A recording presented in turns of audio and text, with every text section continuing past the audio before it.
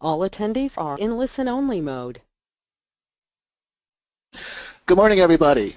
And for those of you who may be on the West Coast, a really early good morning to you.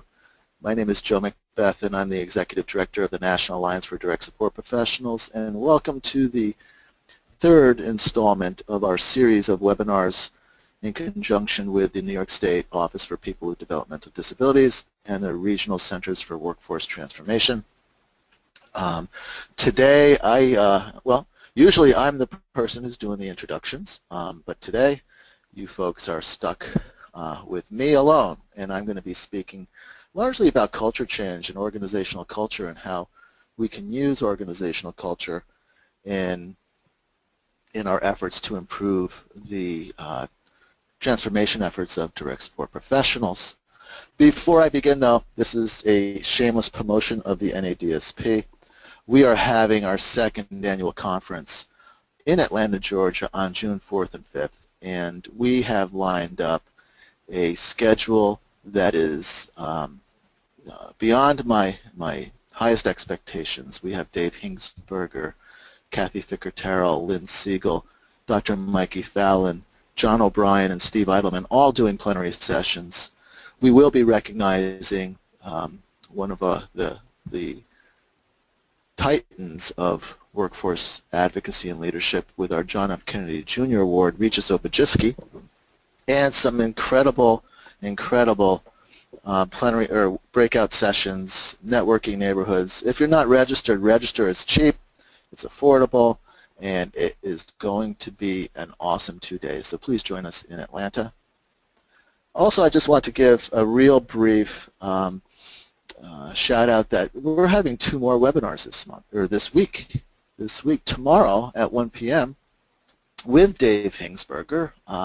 We will be doing the Let's Talk webinar series, Engaging Insight, Keys to Person-Centered Thinking, focusing on direct support professional person-centered thinking.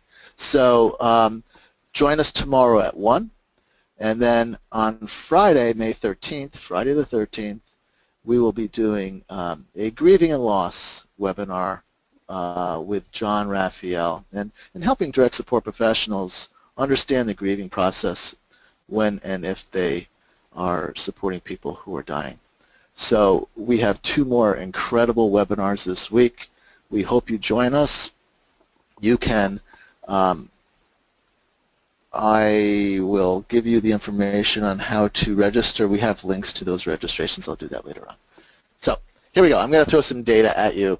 We have a very significant crisis around direct support professional workforce.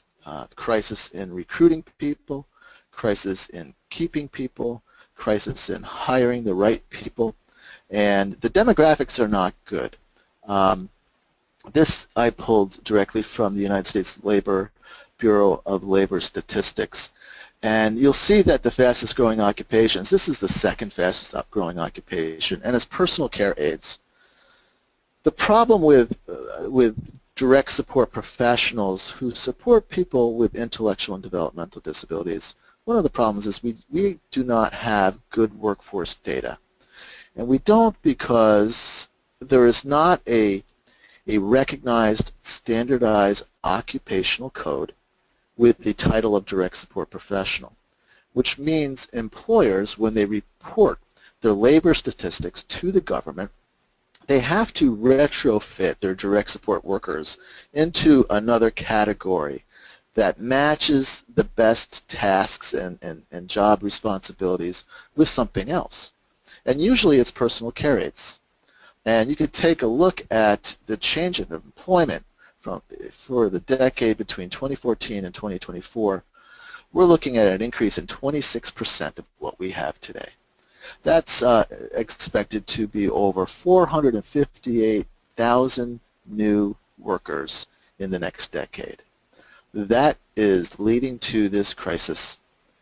The other thing is, if we're not reporting them as personal care aides, then we're reporting them as home health aides, which is the third fastest growing occupation in the country, also growing much faster than the average you take a look that we are going to need another 348,000 home health aides. And typically home health aides are those who support people who are aging in their homes. They have, I believe, they would have less skill requirements than direct support professionals, but they go in and they support people to live in their community and in their own homes. Largely the same workforce pool from which our agencies draw. So that's some bad news. Here's some more bad news. Taking a look at projected incomes and job growth, you take a look at the row personal care aides, and you see that the median wage is $9.82 an hour. But what's really important to me is the change in real median hourly wage has gone down 6.6%. That's 6.6%. So what that says is the wages are not keeping up with inflation. And as the economy improves, these low-wage earners feel the pinch more than anybody else. And take a look at home health aides.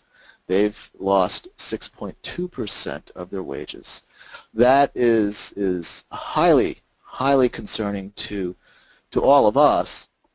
And we take a look at wages for direct support professionals over the last 20 years, and in fact we know that direct support professionals have not kept up with the cost of living, and we have to do something about wages. This webinar is going to give you some ideas of a variety of ways to support not only culture change, but some other initiatives that include the Code of Ethics and the core competencies that were created in New York, but some real nuts and bolts suggestions for agencies to think about hiring the right people and ways in which to do that. So, and I also just want to say, if I go into a coughing fit, I've got some allergies going on right now, and I apologize in advance. So thanks for bearing with me. Here's some data for you New Yorkers. I pulled this from phiinternational.org. It's, again, we don't have that category for direct support professionals. We presume that a vast majority of direct support professionals fall under that blue category, personal care aides. And I think what OPWDD would say is there's approximately 110,000 direct support professionals working in the state of New York. And I may be wrong, but I believe it to be true that is FTE, a full-time equivalent. So you may have 110,000 full-time equivalents. We all know that there's a lot of very part-time direct support professionals. So again, we don't have that good data, but there's a lot of direct care workers, almost 400,000 in the state of New York. And we look at the salaries, and on average, and of course New York has got Long Island and Westchester County and the boroughs who have to pay their direct support professionals a lot more than organizations in upstate New York, like in Watertown or in Malone, New York. And I would suspect that those personal care attendant wages are certainly lower than the $11 that's shown here. What really concerns me, though, is the number of direct care workers who rely on public assistance, and a number of our direct support professionals who are single moms, who are supporting a family on these types of wages, are relying on Medicaid and food and nutrition subsidies. And these are hardworking professional people. I have actually met some direct support professionals who work in one of the boroughs in New York City, and they're homeless. They're living in homeless shelters, working full-time as direct support workers. So this, I tell you this because it will certainly lead into how do we treat these workers? How can we support these workers to be engaged with our organizations and engaged with the people that we support? And then we can't have a real discussion about culture and supporting this transformation from caregiver to support professional without speaking about turnover and the cost of turnover. This is old data. I think that there's probably newer data out there, but every time a DSP leaves your organization, at the minimum, it's going to cost $6,000. And you can do your math and think about the money that goes out the door every time a DSP goes out the door. And some people, you know, speak of good turnover, and we have people at home who, or with whom we work who we want to turn over. and that may be so. We may have people who are not high performers and are there to collect the paycheck. But I would argue that, you know, maybe we hired the wrong people in those cases. One of the things about turnover that we also know is turnover points directly to leadership. And this is a quote from the very famous book, The Art of War, where they talk about troops and being insubordinate. Turnover is really directly correlated to supervision. And I can think of, when I was a provider, many programs that had very, very low turnover, and you could probably make the conclusion or draw the conclusion that that was because of the management in that program. And then I worked with programs that had very, very high turnover. And there could be many factors because of the challenging work responsibilities, the different shifts, whatever. But you could also, you cannot turn a blind eye to leadership. And that's why any workforce transformation must always consider the skills of those frontline supervisors. So turnover is something that we really need to focus on very carefully. So here we go. I want to talk about recruitment and selection. Some of the things that we hear on the road in working with organizations and working with direct support professionals is that, you know, we have a workforce crisis. And in my 33 years of doing this work, I have not seen a crisis as significant as it is today. We often hear from employers and executive directors that, can you help us, DSP problem? And when we look deeper, it's not necessarily a DSP problem as much as it's a problem about quality, because quality is dependent upon the knowledge and the skills and the values of your direct support professionals. So if you have a problem with your direct support professionals' recruitment and retention, then you have a problem with quality. And furthermore, your direct support workforce represents between, and this is a guess, 75% and 80% of your employees. So that's why we call it the 80% solution. We want to help organizations identify ways to begin to address some of these issues regarding the workforce crisis. And the first thing is recruitment and retention. And before we even hire people, when people walk through that door looking to fill out an application at your organization, are we spending time with them and sitting down with these prospective direct support professionals and using a realistic job preview that addresses the challenges of the work, and there are many challenges to this work, but also addresses the rewards to this work. And as anybody who has ever done direct support will tell you, it is one of the most rewarding jobs that you will ever have. But not only just show this realistic job preview video and then say, well, now that you know what the job is, are you interested? No. You take that realistic job preview apart and you ask leading questions.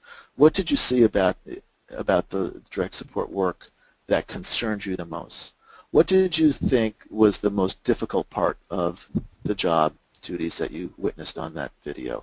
Ask some leading questions, and that requires a skilled interviewer from your HR department to screen out people who may say inappropriate things, things that may, you know, just to kind of give you a gut feeling about somebody. So really use those realistic job preview videos in a way that will help your first line HR reps screen out people who they feel is not a good fit. NYSACRA has an award-winning realistic job preview video that we did about 5 years ago. It holds up and it's available to you. You can contact NYSACRA's offices to get that RJP for free, as well as a user's manual that will help you understand the best practices in using realistic job preview videos. If you're hiring people who do not know what the job is, they will be your early leavers, and that is based on fact. So if you're not using RJPs, I think that you probably should. The second thing I want to talk about is during that interview process, I believe it's incumbent upon our organizations to give prospective DSPs information on the true complexity of the work. The work is not just caregiving. The work is supporting people to live their lives in the community, and our responsibility to uphold the very complicated civil rights and human rights for people with disabilities, and discuss restrictions and plans and what restrictions mean and why, and underscore the significance of life in the community, because many people that we support didn't enjoy life in the community 30, 40 years ago. And this is a huge piece of direct support that many organizations fail to deliver to their DSPs. We are basically helping people live the Constitution of the United States of America for people with disabilities. And I really think that a full, well-rounded interview process will give this information. I think it will be inspirational to the people who hear it, but it will also issue a very strong challenge that we are concerned about human rights, and we are concerned about civil rights, and we are concerned about justice and fairness and equity for people with disabilities. And that responsibility, as large as it is, rests on the shoulders of direct support professionals, and we need to help make sure that they're prepared. So that happens before somebody signs on the dotted line, and this responsibility in most organizations will rest with some human resources representatives, and I realize that some organizations, the process goes through the programs, and I think that's great too. Nonetheless, we need to be doing the same thing, and we have to make sure if the human resources folks are doing these initial interviews that they themselves have a good understanding of what direct support professionals do, and they themselves have done direct support in their past, or have stood side by side direct support professionals in the programs while they're working, and they can really give a first-hand account of what it's like to be a direct support professional. So giving information up front, not withholding information up front, will help you hire people who will not be those early leavers. So that's the first thing that you can do. A little bit more on recruitment and selection. Are we matching potential direct support professionals' interests and personalities and strengths with those who they'll be supporting? I did a couple days of work with a bunch of organizations in the state of Maryland, and it was sort of a retreat. And 8 organizations brought a team of people to these retreats, and the team was a cross-stakeholder group. We had board members and executive staff and clinical staff and management staff and direct support staff and people with disabilities. And one of the people who were in the room was a man who received supports from this organization. And through the course of some conversation, he divulged that he was into bicycling. And I, myself, a former direct support professional, am also into cycling and professional cycling. And he and I hit it off. And he knew all about Lance Armstrong. He knew about the spring classics in Europe. He knew about the Tour de France. He knew the strategies of cycling. And I thought to myself, man, would I love to be a direct support professional with him, because we would just hit it off. Unfortunately, we don't have the luxury. Many organizations are under great demand to hire people and hire people fast. And I completely understand that we have vacancies to fill and we don't have the luxury to match special talents and interests with the people that we support. That said, I would argue that the time invested in doing that you may see that return at the end, rather than having those early leavers, those people who leave within the first 6 months of employment. If you match people with people who they are going to get along with and share interests, chances are they'll develop a stronger relationship. They will develop a real meaningful relationship, and my goodness, that's what direct support professionals are all about, is building those relationships. So that's just something else to think about before people even sign the dotted line. If your organization isn't now, you probably should, including the people that you support in the interviewing and hiring process. And this is tricky. You have to be very careful with this, and it has to be done in a team interviewing process. Because of course there's legal repercussions with this, and it shouldn't be done in a I don't like to say a token way, but in a way that it needs to be done in a meaningful way, so people can spend some real time with prospective DSPs and to share about their lives and what they're looking for in direct support professionals. And I know a lot of your organizations are already doing this, but we haven't even gotten to hiring yet, and there's 3 or 4 recommendations for your organizations to implement within your HR practices and your hiring practices. And trust me, I know that there's not typically a long line of prospective DSPs knocking at your door for jobs. You have to also get creative with your advertising and means to advertise and where you advertise.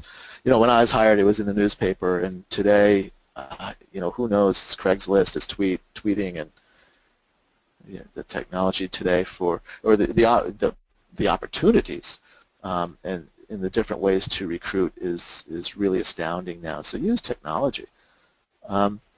Here we go. Once we hire people, how do we onboard them? How do we develop them? This is a picture of Robin Williams in Dead Poets Society.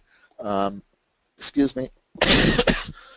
He was a great teacher, and he engaged with his students, and he inspired his students, and he was there for his students. And I draw the connection between this role that Robin Williams played with the people who do your orientation. We need to be more dynamic in our trainings. We need to stimulate adult learners to engage and to provoke and pursue critical discussion. We can't lecture. Direct support professionals are hands-on people who like to have hands-on learning opportunities. And those staff who work for you, who do the orientation, your training department, really needs to focus on provocation, engagement, interaction, critical discussion, because after these new DSPs go out into your programs, they will often come back to these training staff as a mentor with questions, looking for some advice, because there's oftentimes a disconnection with what you learn in orientation and what goes on in the programs. And I've had it said to me when I was a DSP, well, we know what you learned in orientation, but let me tell you what really goes on around here. And when you get that, you go back to your trainer and you look for some advice, because that is what you call cognitive dissonance.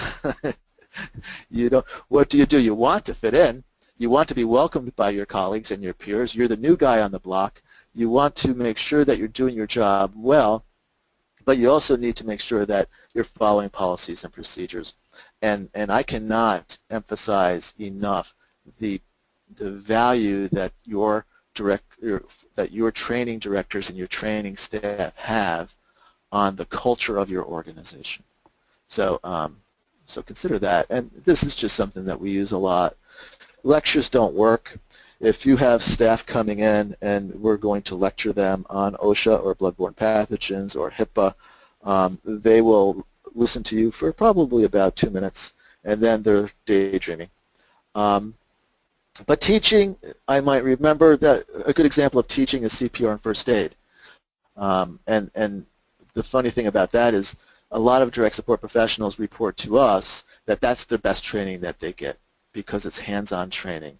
You show me, I demonstrate, and I'm going to remember that. Same for fire drills. Fire drill training.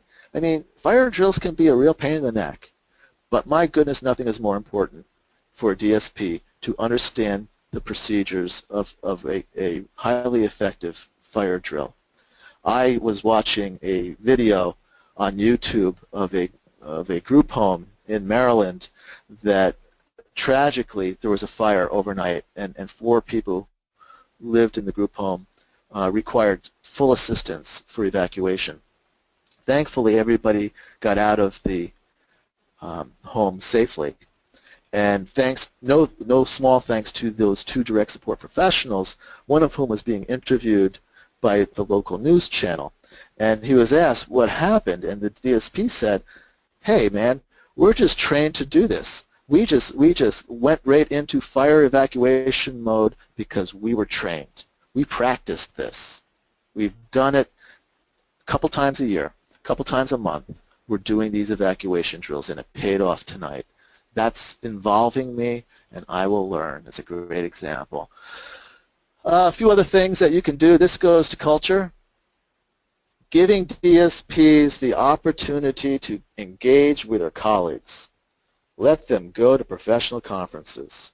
Let them have access to lifelong learning opportunities. Training doesn't stop at orientation. Professionals, all professionals, have an obligation and a duty to seek lifelong learning. And we all are, executives and management often go to conferences and learning opportunities, and we hang out with our colleagues, and after hours we might have a couple drinks and we have some fun, go out for a nice meal, and we leave that and go home and we feel energized, we feel inspired, we're fulfilled, we leave with information, but we also had an opportunity to recharge our batteries. And I would argue that nobody needs to have batteries recharged more than direct support professionals. The problem with that, of course, is that they are so busy back home, and we are in such a crisis with short staffing that they are far too valuable to leave. And it's a vicious cycle, because if they can't leave, they can't recharge, but if they leave, there's nobody home to do the work in supporting people. So NYSACRA has 6 regional conferences each year. They are one-day conferences, and they are a wonderful celebration of the work that DSPs do. And this is something that your DSPs will go home with, a renewed sense and a renewed commitment to their work and to your organization. I know it's hard. Sometimes management staff or other staff may have to fill in their absence during those days, but the return on that investment will come back in spades. Building skills. New York is way ahead of the curve on building the skills and using the Code of Ethics and using the core competencies in terms of the knowledge, skills, and values.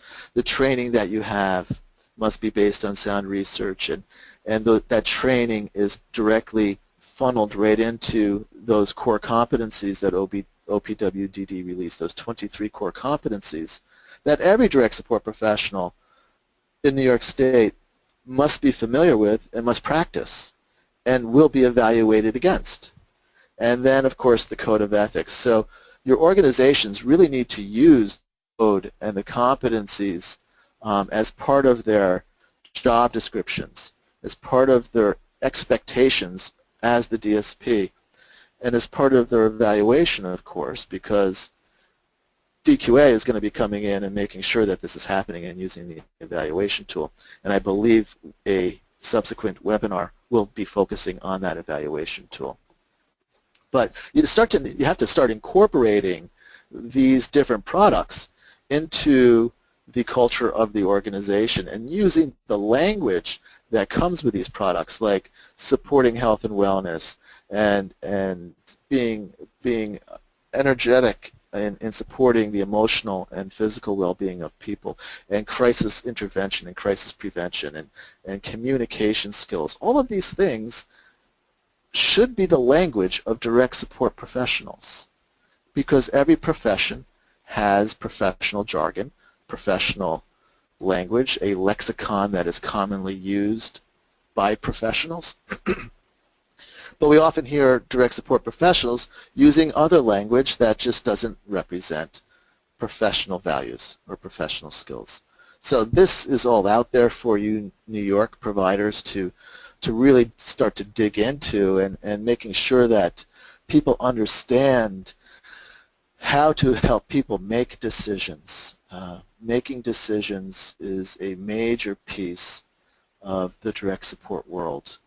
All types of decisions, big decisions and little decisions. And what direct support professionals, in my opinion, will do when it comes to helping make decisions, we may influence people to make a decision that helps keep people safe.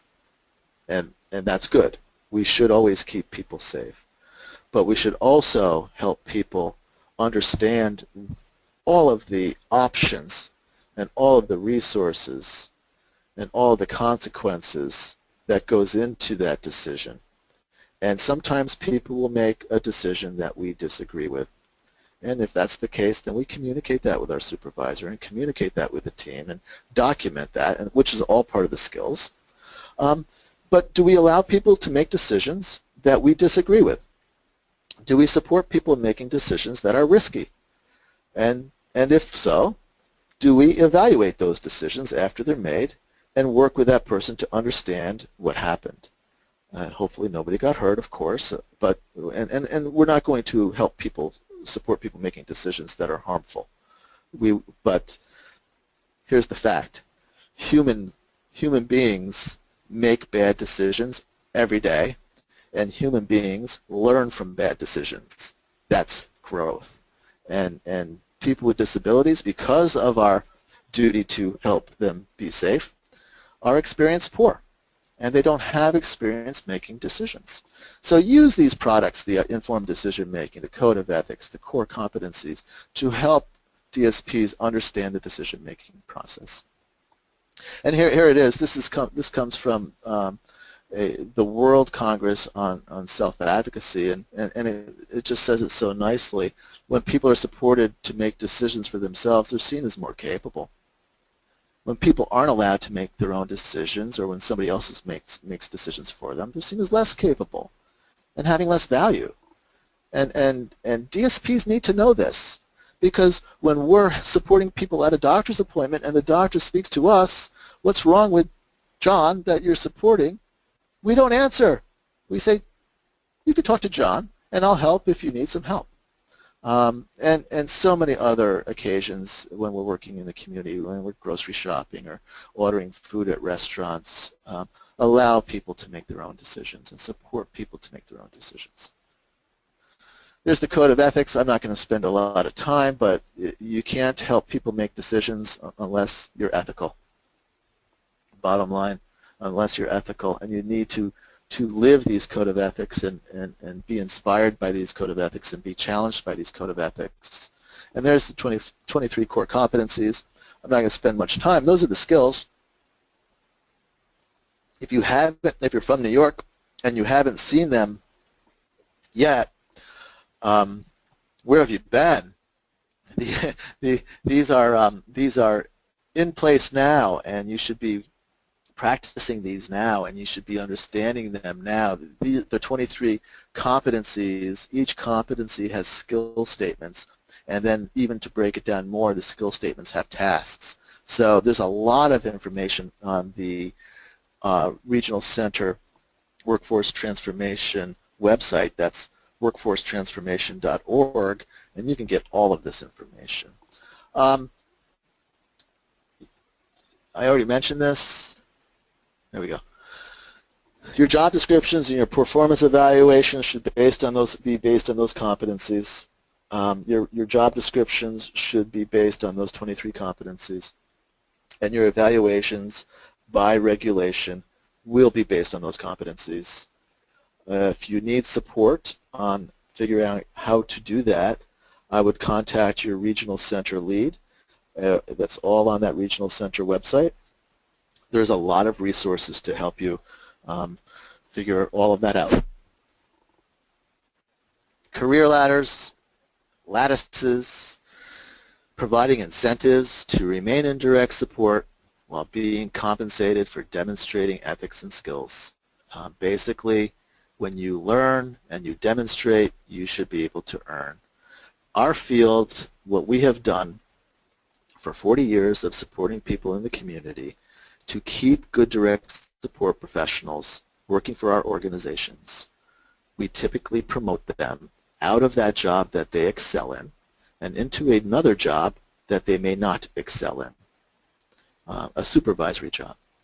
And because you're a good direct support professional does not necessarily mean that you will be a good leader of people. And on the other hand, you may be a great leader of people. I've seen it many, many times.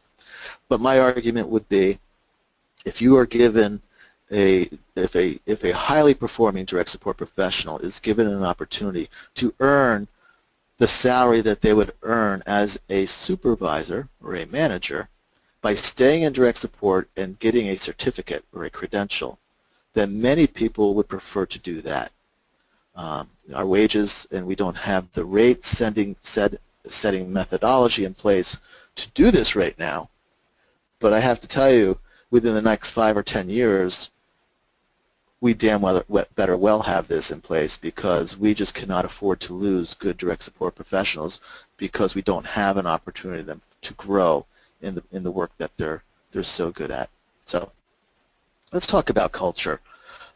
What is culture? Before I start with culture, and this is fun for me because I got this information from somebody whom I consider a culture guru and a mentor of mine, who I invited to do this with me today, but he was unavailable. His name is Regis Obajiski, and if any of you know Regis, he has volumes of information on culture. And I just want to start with, what he would say is culture surrounds leadership and everybody in the organization. But if a leader, with the help from others in the organization, doesn't manage the culture, then the culture will continue to manage you. And in the end, culture isn't someone's job. Culture is everyone's responsibility. So here's a true story. A colleague said once, what's wrong with this place? We've had high turnover and so many new people coming in, yet nothing's changed. Most every staff person is doing the bare minimum. There's complaints about management, gossiping about whoever's not in the room. It feels like we're cursed. What's wrong? What's wrong with that picture? And some of you may be sitting there nodding your heads, yep, I've heard that too, I've heard that too. But I'll tell you what's wrong is that you've got a negative morale and an unproductive attitude that's infected the DNA of the services program. There could be 100% turnover in a year, and that same culture is going to prevail. And the only way that culture will improve is to shine a spotlight on those unmentionable things, those that are only talked in hushed tones. One can best lead this. The ones who can lead this are those who are leaders by title, but there's also natural leaders without a title who can begin to turn this culture around by refusing to participate in the negative attitudes and the negative culture, and without passing judgment on those who seem trapped. And really that is what's driving organizational culture. So what is culture? Culture is a personality. Culture is everywhere. Culture of your organization, culture of family, I'm not going to tell you any personal family culture stories, but use your imagination. Every family has a culture. The culture of a neighborhood, the culture of religious institutions, the culture of a group home. You may have one organization with 20 different group settings where people live, and my guess is you've got 20 different cultures, and that's significant. The unwritten rules for getting along. You know what they are. If you want to get along here, you won't find it in any policies and procedures manual, but they exist. Make no mistake. Regis gave me a couple of bullets, and I added a couple. Things like, here's a healthy thing, like an unwritten rule.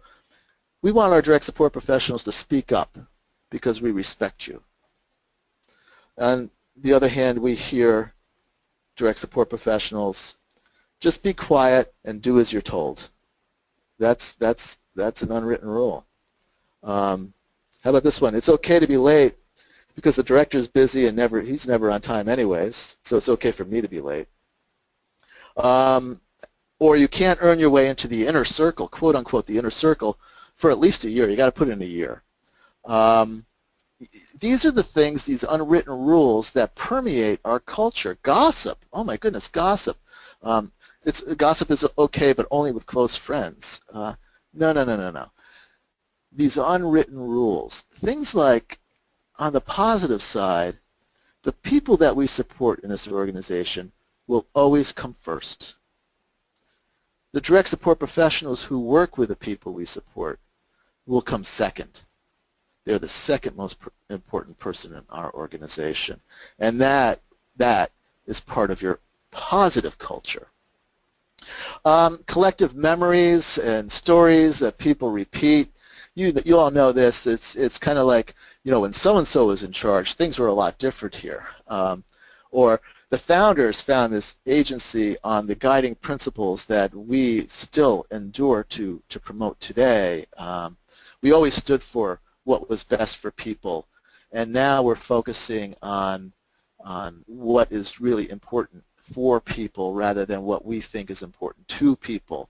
These are those collective memories. No matter what, this is the way we do things. So, it's those collective memories. Every organization has them. You have to sit down and reflect on them. Perceptions always beat facts, always. Interpretations of the truth are more prevalent than the truth itself. And perceptions define the culture.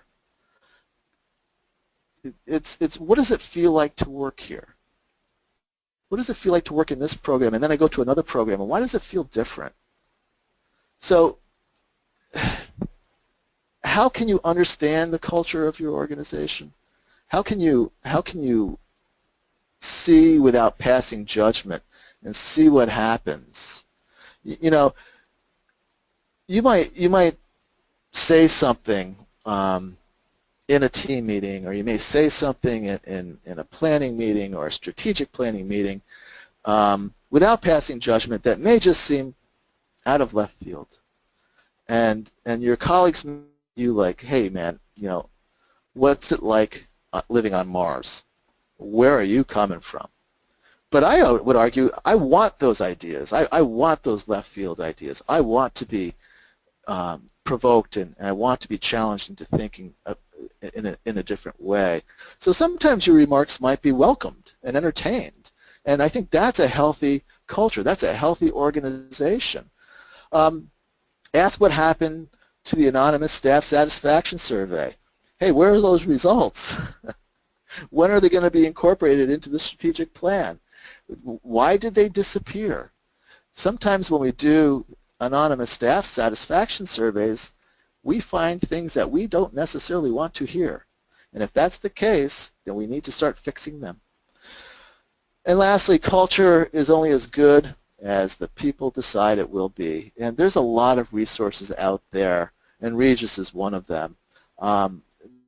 Organizations really look at their culture. It can't happen, culture change can't happen without commitment, and commitment from every level of the organization. There's resources out there like Kouzes and Posner and Harrison and Stokes. But I would say that the thing about culture change is, and executive directors like me expect immediate results, and you're not going to get immediate results with a culture change initiative. It is evolutionary. It is not a revolution. So just keep that in mind if we have any execs on the line with us. And then let's just a word about morale. Morale is not the culture. Morale is a temperament in the culture. One can't cheer up a culture by trying to boost its disposition. Its disposition is a byproduct of the culture. So you've got a poor morale because you've got a culture that's just screaming for change, screaming for change. Some organizations that have culture that's worth copying or worth emulating excel at the following principles. Inspiration. Leaders have an obligation. They've got a bully pulpit to address the agency's vision. It should pull itself every day with new work and new initiatives. All employees, regardless of where they fall in the organization, they need to remind themselves and each other of that noble purpose. Sharing a purpose in common is a motivating thing. It's more powerful and enduring than picnics or pats on the back. Leaders have to inspire. Leaders must believe that everybody in your organization is able to make a difference. And they should tell everybody that. Our mission and our ethics should be alive in everything we do. So inspiration. Leaders need to be inspiring. Leaders also need to model. We need to lead by example. And leading by example is a really great teaching method. Certainly more than telling people what to do. I think successful leaders practice being available to anybody who needs to talk to them and supportive. If you don't have time, then you won't have time for changing culture. A leader in the organization can't fake a commitment to excellence. You've got to do it every day. Culture improvement starts with senior management, but it doesn't end there. We need to commit to an environment that has no secrets and no excuses. And we always need to tell the truth because you're far more transparent than you think you are. And transparency is seen by your direct support professionals and everybody in your organization. It communicates trust and confidence. So think about modeling. Enabling, helping employees, helping direct support professionals to achieve their full potential in the relationship that they have with their job. Let them own their relationship. Ownership is like fuel. Ownership of your job. Empower direct support professionals who are doing their work without being told what to do. They're doing their jobs well.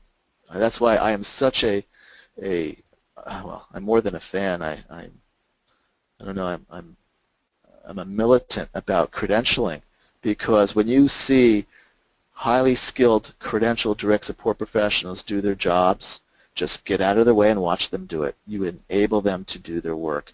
They're passionate, and passion breeds conviction.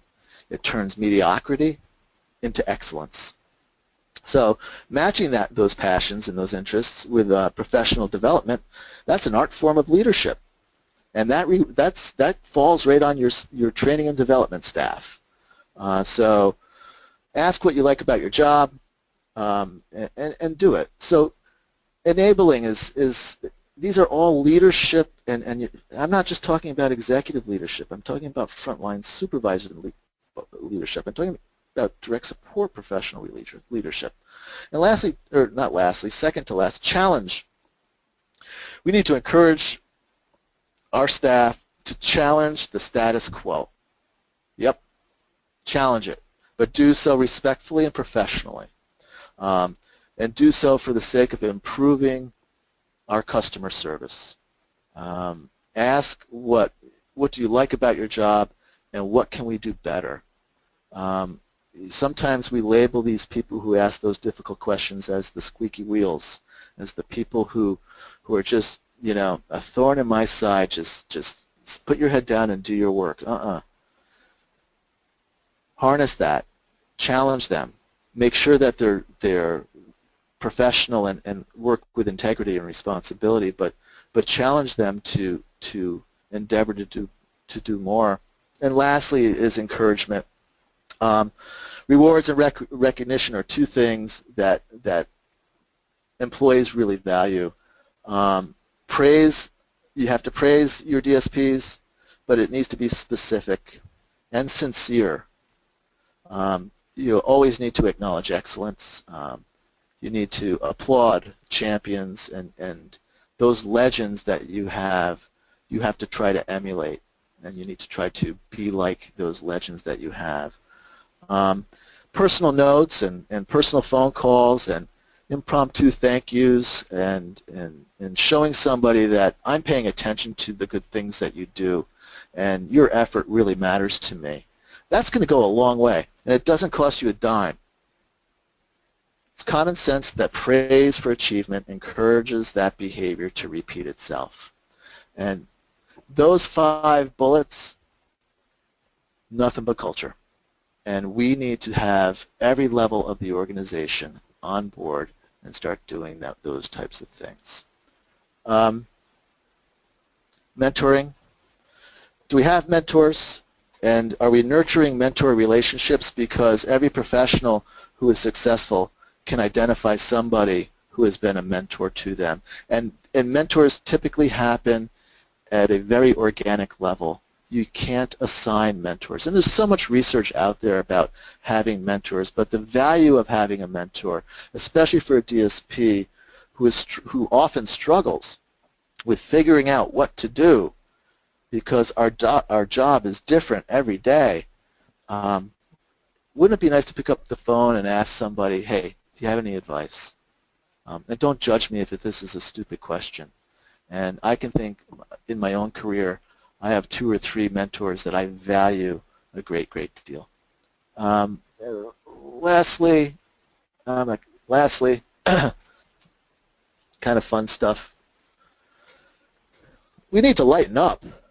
We need to celebrate our successes. We need to celebrate when we help people achieve something. And we have DSPs now focusing more and more on personal outcomes, and now we're measuring personal outcomes. So let's celebrate the work that we did, and let's intentionally look at the work that we did in the context of the skills and the ethics, because they did not happen intuitively. Let's share those stories with people. Let's give DSPs the opportunity to share stories. Let's recognize and support them. DSPs just don't have the time to sit down and reflect on the work that they've done and how they support people in changing their lives.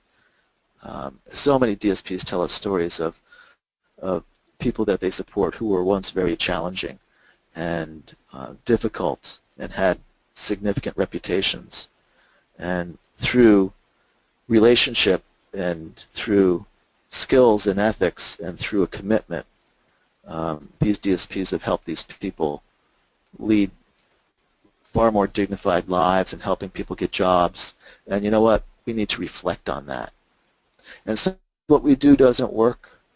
And you know what? That's okay too. We can laugh about it.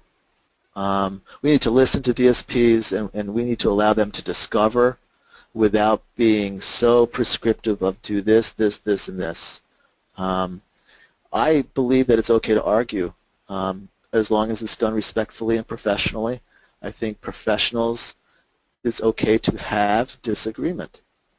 From disagreement, we will reach consensus and we will have growth.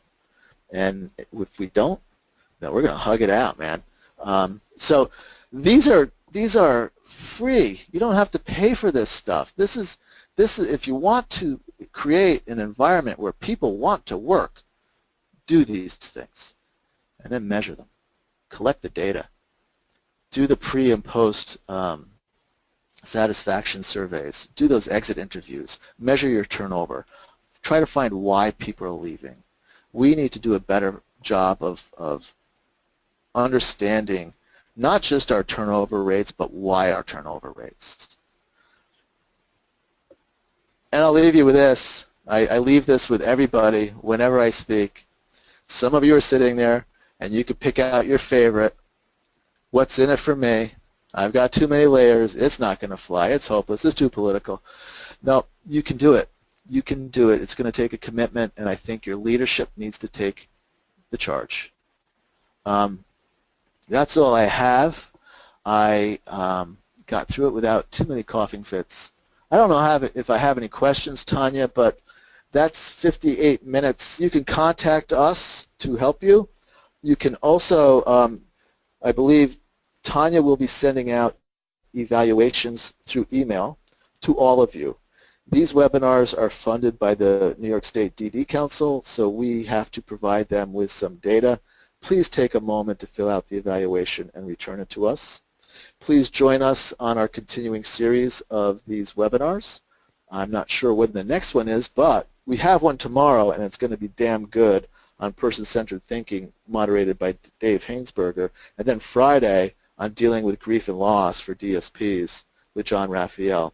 So if there's no questions, thank you for joining me. Have a great work week, and we'll talk to you soon.